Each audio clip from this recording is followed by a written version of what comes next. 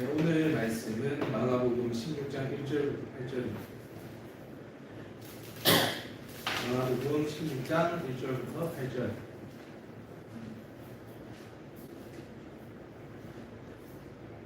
네, 저부터 오른쪽으로 돌아가면서 읽겠습니다.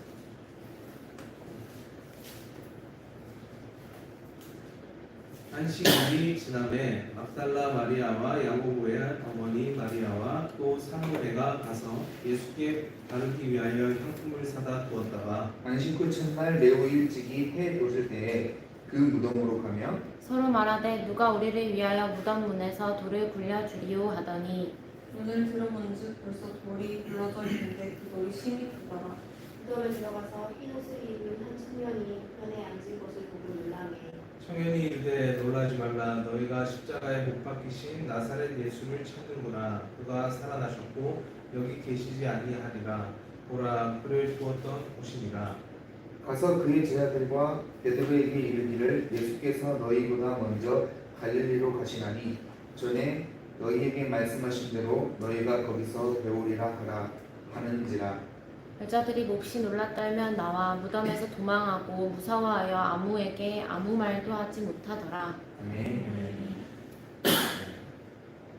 역사를 보는 관점을 우리는 사관이라고 이렇게 말합니다. 그리고 이 사관은 다양하게 존재를 합니다.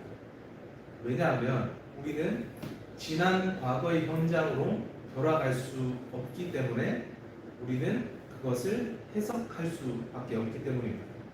그리고 이 해석은 하나로만 존재하는 것이 아니라 다양합니다. 그러다 보니까 설득력이 있고 이 상황에 대해 객관적인 것에 가까운 해석이 있는 반면에 뉴라이트와 같이 이상한 해석도 존재하기 마련입니다. 그리고 국정교과서처럼 하나의 시각으로만 역사를 바라보게 하는 시도를 반대하는 이유도 이 때문입니다. 해석이 다양하기 때문입니다. 그렇기 때문에 우리는 이 다양한 해석 안에서 바른 역사관을 가지기 위해서 부단히 노력을 해야 할 겁니다. 이와 같이 이스라엘 역사가 기록된 성경 안에도 보면은 여러 가지 역사관이 존재합니다. 구약에는 크게 두 가지가 있는데요. 신명기 사관과 그리고 역대기 사관입니다. 이 두 사관은 각각의 특징을 가지고 있는데 먼저 이 두 사관에 대해서 한번 얘기를 해보자 합니다. 먼저 신명기 사관입니다. 이 신명기 사관의 핵심은 하나님과 이스라엘의 약속, 그리고 순종에는 축복이, 불순종에는 저주와 징벌이 주어진다는 그런 내용입니다. 이 신명기 28장에 잘 나타나 있는데요. 하나님의 말씀을 듣고 행한다면 모든 민족이 너희를 뛰어나게 하고 모든 복이 임하는 반면에 악을 행한다면 너가 하는 모든 일에 저주와 혼란과 책망과 파멸이 있을 것이다 라고 그렇게 말을 합니다. 그리고 신명기 사관을 잘 보게 되면 이스라엘이 멸망을 하게 되는데 멸망을 하는 이유 역시도 자신들의 불순종과 우상 때문에 하나님께서 심판하실 것이다 라고 그렇게 말합니다. 저는 이러한 점에 있어서 신명기 사관이 참 매력적이라고 느끼는데요. 우리가 한번 생각해 보면 잘못한 것을 덮어두면 좀 마음이 편하기 마련일 텐데 자신의 잘못을 덮어두고 잘한 것만 기록하는 것이 아니라 자신의 치부까지도 드러내는데 거리낌이 없습니다. 대표적인 사건을 생각해 본다면 다윗이 밧세바를 폭행하고 그의 남편 우리아를 죽음으로 내몬 사건입니다. 이 사건으로 인해서 하나님은 나단 선지자를 통해서 다윗의 가문에 칼이 떠나지 않을 것이라는 저주를 내립니다. 그리고 다윗의 그 자식이 죽을 때 그 죽음 역시도 자신의 죄 때문이다라고 그렇게 고백을 합니다. 그러니까 가장 존경받는 왕, 하나님 앞에서 칭찬받는 왕, 영웅이라고 불릴 만한 그런 존재의 치부까지도 그들은 당연하다는 듯이 기록을 합니다. 다윗조차도 하나님의 율법과 명령에 불순종한다면 심판을 피할 수 없다는 이 하나님의 정의와 공의에 대한 그들의 신앙 고백이 이 신명기 사관 속에 담겨 있다라는 겁니다. 이러한 그들의 신앙 고백은 이 당시에 이 다신교 사회 속에서 유일신에 대한 신앙을 지켜주었으며 위기 상황에서도 하나님의 언약을 기억하고 순종하게 해주는 역할을 했습니다. 이와 함께 역대기 사관이 있습니다. 역대기 사관은 이 다윗 왕조와 성전을 중심으로 이스라엘의 역사를 해석하고 기록을 합니다. 이 과정에서 이 신명기 사관과 달리 그들은 역사 안에서 긍정적인 측면을 강조를 합니다. 그리고 부정적인 사건을 축소시키거나 다루지 않습니다. 그래서 앞서 말했던 다윗의 잘못이라든지 솔로몬의 우상 숭배 같은 경우에는 거의 얘기를 하지 않습니다. 동시에 이 남유다에 속한 이 다윗 왕조를 강조하기 때문에 북이스라엘에 대해서는 부정적으로 평가를 합니다. 이는 우리가 생각하기에 역대기 사관이 좀 편향적이다, 편협한 관점이다 라고 그렇게 말을 할 수 있겠지만은 실상은 그렇지가 않습니다. 이 사관이 나올 시기를 생각해 보면은 바벨론 포로기 때입니다. 여러분 바벨론 포로기 때 이스라엘 백성들이 가장 바랬던 것이 무엇일까요? 한번 생각해 봅시다.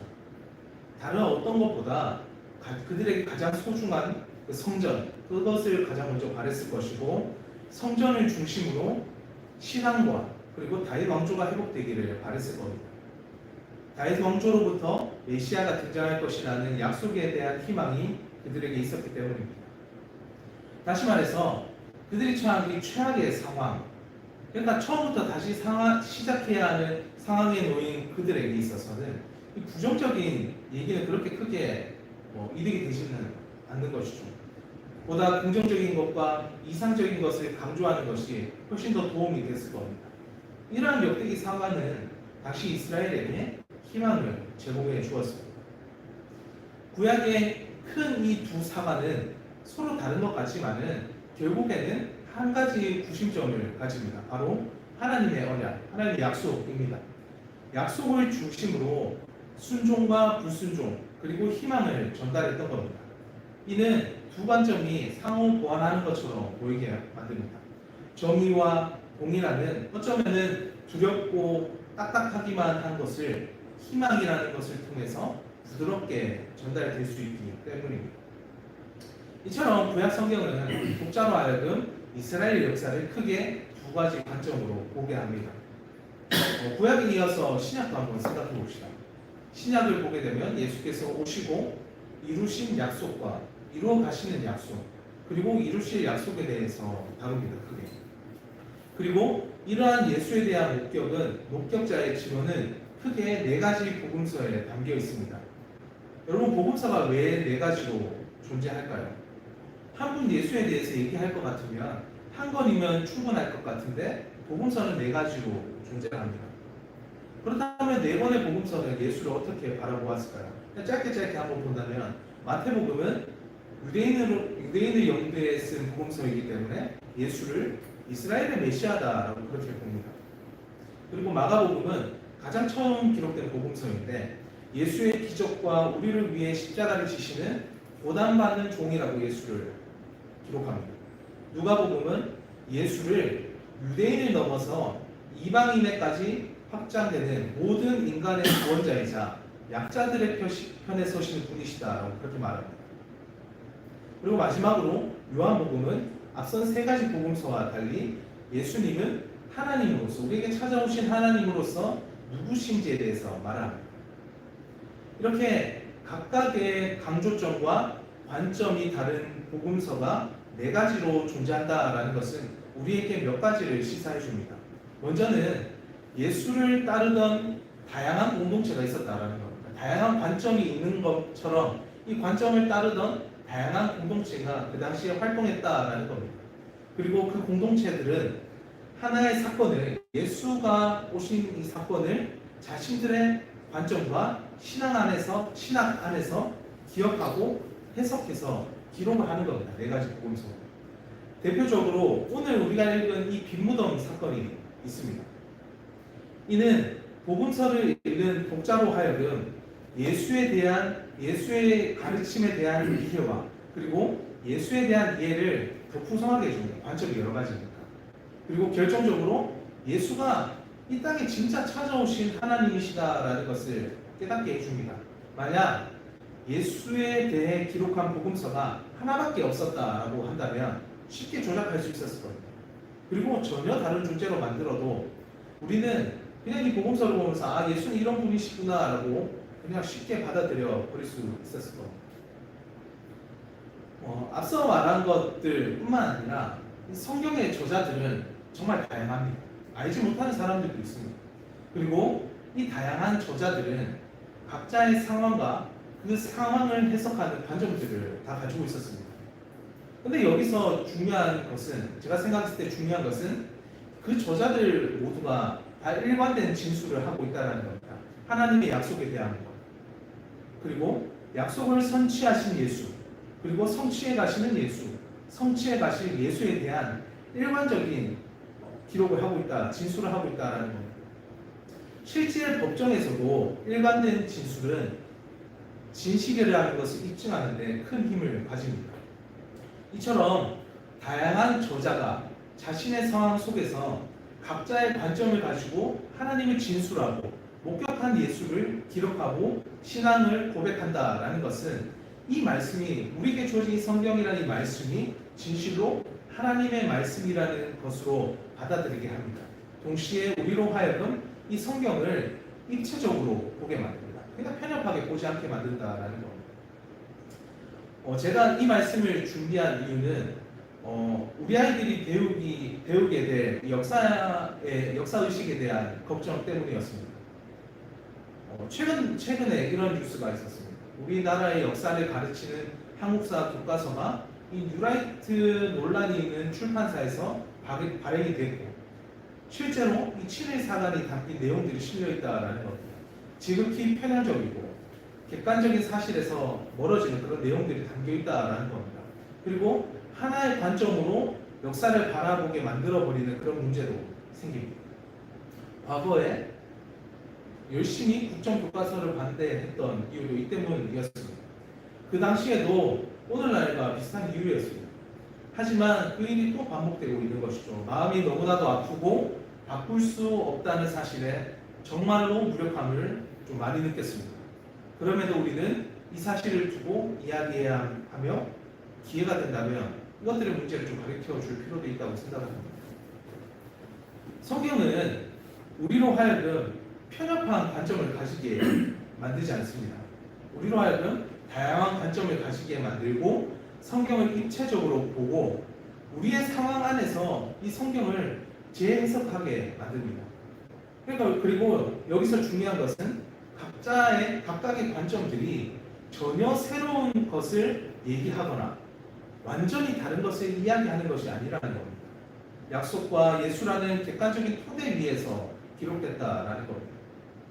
그러기에 교회인 우리는 하나의 관점에 매몰돼서 사고해서는 안 됩니다. 성경을 입체적으로 보듯이 우리가 처한 상황 역시도 그러해야 할 것이라 생각합니다. 여기서 중요한 것은 내가 신앙인이라는 사실입니다. 신앙인으로서 바른 토대 위에서 상황을 해석하고 그 상황 속에서 살아내야 할 겁니다. 마치 성경의 저자들이 그랬던 것처럼 우리 역시도 그러해야 할 겁니다. 기도하겠습니다. 하나님 감사합니다. 오늘을 살아가는 우리들은 매일 비참함을 느끼며 살아갑니다. 독재자의 횡포와 우리의 시각을 편협하게 만들려는 시도는 앞으로 오랜 시간을 이 땅에 살아가야 하는 아이들을 걱정하게 만듭니다. 하나님, 이 땅의 교회로 하여금 이러한 시도에 저항하게 하여 주십시오. 우리가 성경을 다양한 관점을 이해하고 입체적으로 보아야 하는 것처럼 이 땅의 역사 역시도 그러하게 하여 주시고 객관적인 사실을 설득력 있게 해석하고 전하고 받아들이게 하여 주십시오. 동시에 한 사람의 신앙인으로서 토대 위에서 상황을 해석하고 행동하게 하여 주십시오. 감사합니다. 예수님 이름으로 기도드립니다. 아멘.